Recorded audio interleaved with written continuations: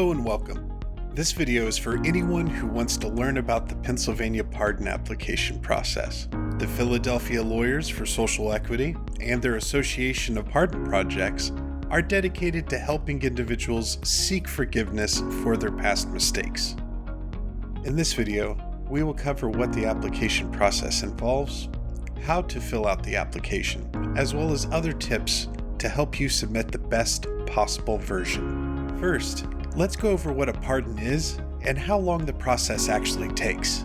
A pardon is forgiveness granted by the governor for a conviction in Pennsylvania. Anyone with a criminal record can apply for a pardon. The Pennsylvania Board of Pardons oversees the pardon process. Upon receiving the application, they will investigate the applicant and their convictions. After the investigation, the board, consisting of 5 members, will conduct a merit review and vote to proceed to a final public hearing. In this hearing, the board will ask the applicant questions in a public session and hold a final vote. An applicant will need to receive 3 out of the 5 votes to be recommended to the governor to receive a pardon.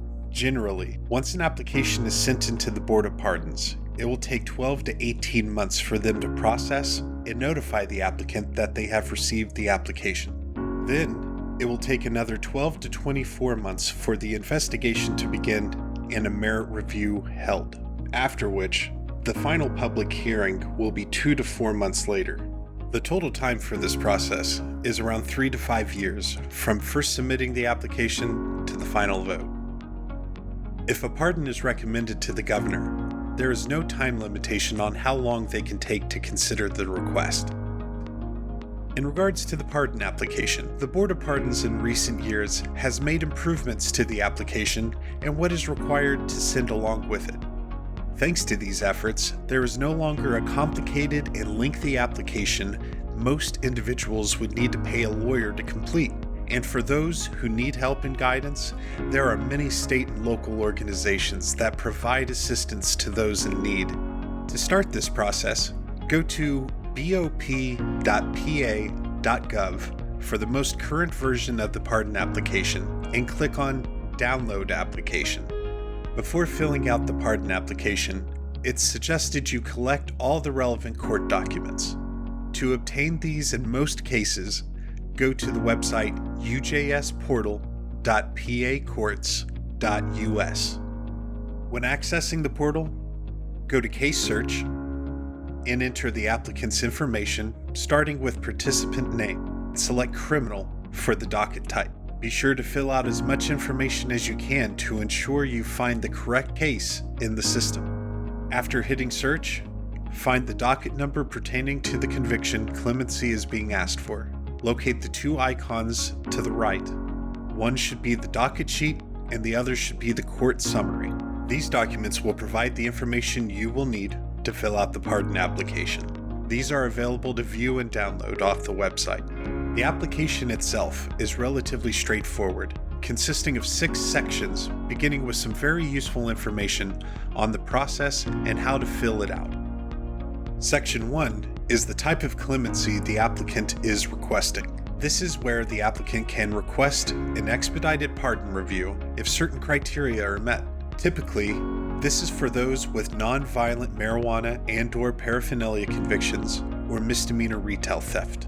The applicant is eligible after 5 years from last contact with the justice system and if they have no other cases. For more information on this, visit the BOP.PA.GOV website for the most up-to-date eligibility requirements. For this video's purposes, we'll just select the pardon box. Section 2 is where the applicant's information is filled in. Every box in this section needs to be completed, as this will ensure the smoothest possible start of the application process once it reaches the Board of Pardons. Do not leave any boxes blank in this section. For example, if the applicant doesn't have a middle name, just put NA in the box. If the applicant has any other names, this needs to be filled in as well, because they may have charges in that specific name. Otherwise, just put NA in the box.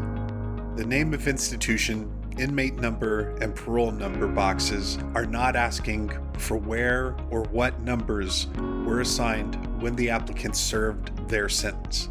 This is for applicants who are presently in an institution or actively on parole at the time of filling out the application. Put an A in these boxes if they don't presently apply to the applicant. At the end of this section is for listing the contact information for the representation. This can be a family member, friend, or anyone else who helps the applicant fill out their application. For example, if you're in Philadelphia working as a pardon coach for PLSE, this is where you put the information for the PLSE main offices. It's important to fill in this information because of the lengthy time it takes to process the application. If any of the applicant's contact information changes during that time, the Board of Pardons will try to establish contact through the representative if the applicant can't be reached. Section 3 is where the applicant's convictions are listed. You can list as many convictions as needed, but it's important to start with the oldest conviction first. Please note, this is for actual convictions in a case and not for charges that were dropped during a case, as they do not need to be listed. After listing the charges, you will need the offense tracking number, or OTN, and the offense date. These can be found in the court summary or the docket sheet. Please note that the offense date can be different than the arrest date. For each of the convictions listed, there is a box that will ask for a description of the incident that led to the conviction and how the applicant was involved. Include details such as what the applicant did and why, where it happened, and who was involved and how were they caught. This description is just asking for the details related to the crime itself, as the applicant will have an opportunity later to explain their life situation more thoroughly. Section 3 is the first place the applicant can take ownership of the charges they were convicted of. Keep it simple and direct, and if receiving help, this needs to be in the applicant's own words. Be sure to answer with total honesty. If the applicant, for example, was high on drugs and homeless and doesn't necessarily remember the specifics of the event, but still takes full responsibility for their actions, it's okay to write that. Section 4 is the optional personal statement. It's highly recommended that the applicant takes time to fill this out. Even though it says optional, this might very well be the most important section in the application. The optional personal statement is a chance to tell their story of who they were and who they are now, and the changes they've made in their lives.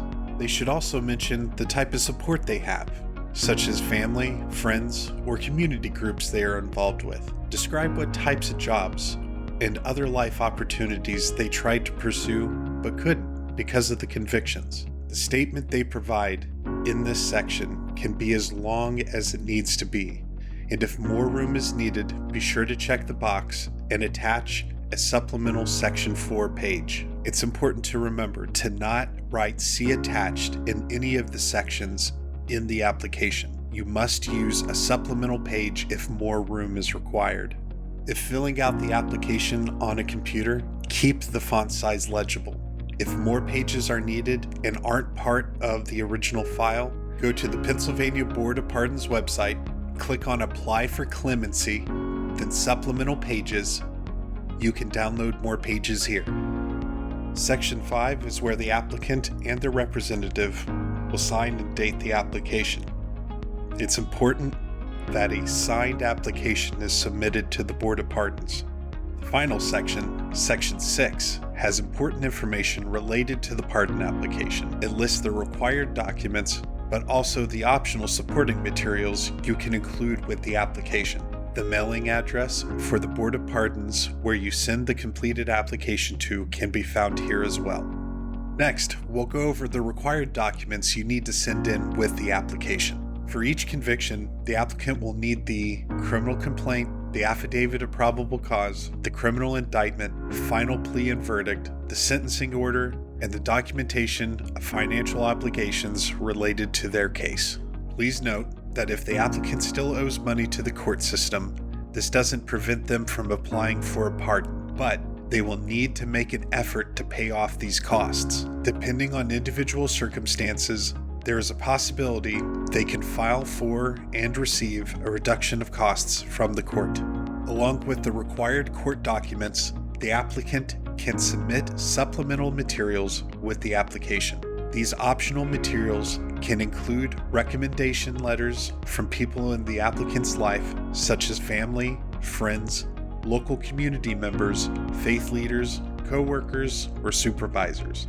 If the applicant has gone to school and earned a degree or has certifications through job training, those can be attached too. Other supporting documents can include the driving record of the applicant or awards from their employer or from community service. After all of the required and optional materials are gathered and the application is completed, the packet is ready to be sent to the Board of Pardons. Be sure to remember that this is still a lengthy process. Typically, it will take 1 to 2 years from the pardon application being submitted to reach the next step. After the application has been processed, the Board of Pardons will send a letter notifying the applicant that they have been assigned a Board of Pardons C number along with an application number. These numbers can be used by the applicant to submit any updated supplemental materials they may have gathered after the packet was sent in. It's encouraged to keep updating the packet as time goes on. The Board of Pardons is also quite responsive to questions. You can call, email, or write them, and they will try their best to help. Be sure to check out their website from time to time for the most up-to-date information related to pardons. If you need more detailed information on pardons or want to get involved with a pardon project in your area, visit pardonmepa.org. Whether it's for you or someone else, there isn't a better time than now to start the Pennsylvania pardon application process. Thanks for watching the video.